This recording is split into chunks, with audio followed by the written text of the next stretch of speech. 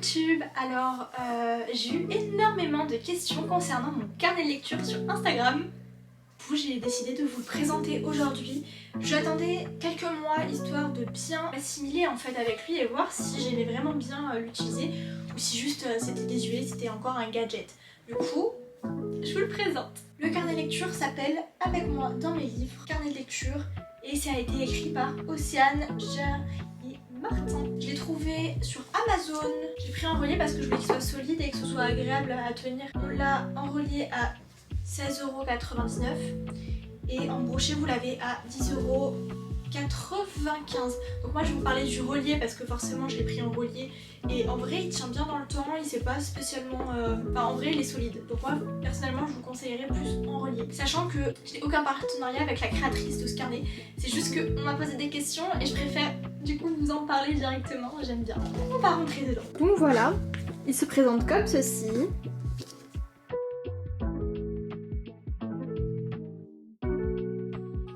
Alors la première page, elle se présente comme ceci, du coup je l'ai commencé le 5 janvier. Et ce qui est sympa, c'est que ça va retracer toute notre année de lecture. Donc là c'est numéro 1, j'aime bien, j'aime bien. Voilà, là vous avez ses réseaux. Je vous mettrai, de toute façon, je vous mettrai le lien en description. Donc là on a à qui appartient ce carnet avec du coup le numéro de téléphone au cas où on le perde. Donc après je vais vous donner vraiment mon avis constructif. Cette page là, le système de notation en soi je l'ai déjà dans ma tête, j'ai pas besoin de le réécrire dedans. Je fais vachement au feeling en fait ma notation, les 5 sur 5, les coups de cœur, je les fais vraiment avec mon ressenti et les éléments qui apportent vraiment quelque chose. Là je trouve que ça me sert un peu à rien cette page là. Par contre, objectif de lecture, moi j'en ai juste mis un, c'est ne pas stresser, reprendre du plaisir à lire, parce qu'avec tous les services presse, j'ai eu énormément de mal à reprendre du plaisir dans la lecture. Page que j'adore et que je trouve extrêmement intéressante, c'est les objectifs de lecture de l'année. Du coup j'ai mis 60 livres, vous voyez bien que il y en a beaucoup, jusqu'à je crois 165, quelque chose comme ça. Alors j'ai fait en sorte que chaque couleur corresponde à un mois, donc là c'était janvier, là c'était février et là c'est mars. Comme ça, moi je me repère mieux. Celle-là je l'ai beaucoup aimée aussi de page, je l'aime beaucoup de page. On va vraiment voir brochet, relié, poche. En fait c'est très sympa parce que du coup ça suit un petit peu la numérotation de la page précédente. Mais on va avoir le côté plus qu'est-ce qu'on consomme, c'est un tracker, j'aime beaucoup. Le par mois, celui-là est très sympa, on peut voir que livre qu'on a lu, et ce que j'aime bien c'est qu'après on pourra faire un graphique à la fin de l'année. La wishlist de sortie, ça en soi, je l'ai dans ma tête, et en règle générale, je le mets plus sur mon compte Instagram, du coup, qui me sert aussi de carnet de lecture. Donc cette page-là me sert pas à grand chose, pareil. Bibliothèque physique, il y en a beaucoup trop. Comme vous voyez pour la bibliothèque physique, en règle générale, j'ai pas trop besoin de les noter, puis même je pense que ça ne rentrerait pas. Pareil pour la bibliothèque numérique, en fait ça c'est vraiment des pages, je trouve pas ça spécialement intéressant, vu que je note tout dans les reviews. Donc ça par contre, j'aime beaucoup cette page. Combien de jours pour lire un livre?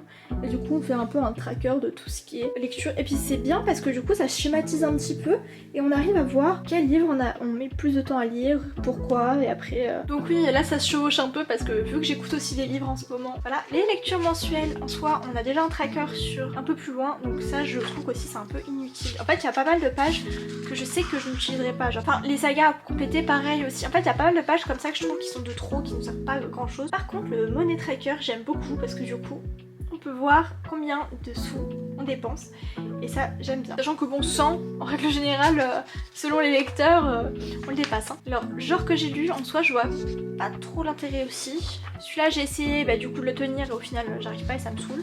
Pareil mes 5 étoiles, mes 1 étoile et tout là on s'en fout un peu hein, clairement. Par contre ça j'aime beaucoup parce que du coup c'est un peu les objectifs du mois et ça j'aime bien. Donc là j'avais pas bien compris hein. Normalement là j'ai eu un petit micmac parce que du coup là j'ai mélangé les pages, mais normalement c'est comme ça que ça se présente. Donc là on va aller voir pour un mois qui est fait. On regarde un mois qui est fait, donc janvier. Là j'avais les sorties livresques qui m'intéressaient. Compile à lire, j'ai rien marqué. Les objectifs lecture je m'en donne pas parce que je préfère ne pas stresser. Ça pareil, ça c'est un peu une case que je n'utilise pas. Par contre lecture du mois j'aime bien l'utiliser. Après que le nombre de livres lus, le nombre de pages, ça j'aime beaucoup.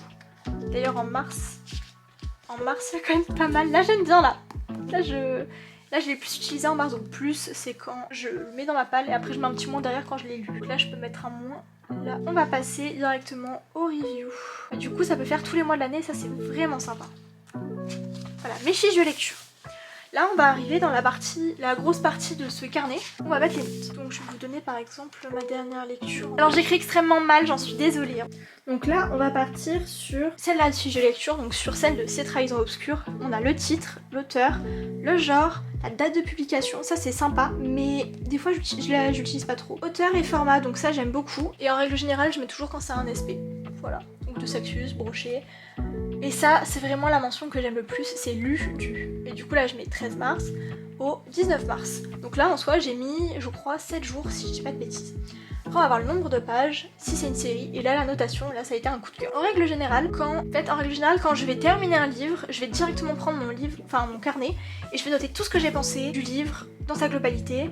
Quand je lis le livre en même temps, je mets mes citations coup de cœur, je vais mettre un petit post-it sur le haut pour du coup pouvoir les retrouver et les noter ici. Là ça je crois que c'est pour mettre la couverture, mais j'ai vraiment la flemme. Donc en règle générale, ça c'est quelque chose que j'adore, la Reine Traîtresse pareil. Là par exemple tu vois, je l'ai commencé mais je l'ai pas terminé, donc voilà. Des fois je me lance, on va dire que des fois ça fait plaisir d'écrire dedans. De plus en plus j'écris dedans et j'aime extrêmement ça. Vous voyez qu'il y a énormément de pages pour faire vos reviews, donc les gros lecteurs ne vous en faites pas. Après on va voir mes livres prêtés. Ça en soi je prête pas mes livres, mais je trouve que c'est assez intéressant d'avoir ça dans son carnet de lecture. Au moins comme ça on n'oublie rien. Au niveau des challenges de l'année, ça c'est très sympa aussi. On va avoir l'abécédaire, je les ai pas encore remplis parce que vraiment j'attends vraiment la fin de l'année. Le livre qui, ça c'est sympa. Les bingo challenge, ça j'ai vraiment la flemme, je pense que sur le prochain je le ferai.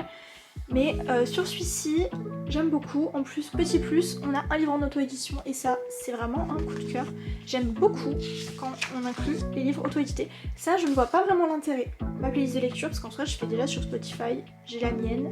Enfin j'ai les miennes et j'ai pas besoin de mettre plus. Après là mes livres dédicacés, big up à Un océan de ténèbres de Lélie Lombard, vraiment, ça j'aime bien. Pour l'instant c'est pas encore rempli mais vous en faites pas, je pense que je vais bientôt le remplir plus. Ça c'est un de mes coups de cœur de ce carnet. On va avoir du coup le livre de l'année, donc chaque mois on va sélectionner le livre coup de cœur. On doit choisir dans toutes nos lectures, c'est extrêmement difficile. Là c'est pour ça d'ailleurs que je n'ai pas encore fait le choix entre The Curse of Sins et Un océan de ténèbres, parce que je sais pas encore, j'ai trop peur de choisir. Donc ça je trouve ça incroyable pour définir du coup le top 3. Voilà, le top 3 avec coup de cœur de l'année, etc. Voilà. Donc voilà, la présentation de mon carnet de lecture est terminée. J'espère que ça vous aura plu. Je vous mets du coup le lien pour l'acheter. Ce n'est pas un partenariat, juste parce qu'on m'a demandé et j'avais extrêmement envie de vous faire cette vidéo. Donc au moins vous saurez où le retrouver. Heureuse du coup d'avoir fait cette vidéo. J'espère que vous m'en voudrez pas trop si elle est un petit peu trop courte. En espérant que ça vous a plu. Si ça vous a plu, n'hésitez pas à liker. Et d'autres questions sur ce carnet de lecture, n'hésitez pas à commenter la vidéo. Je vous répondrai bien évidemment. Et ça a été un plaisir de faire cette vidéo. Bisous BookTube!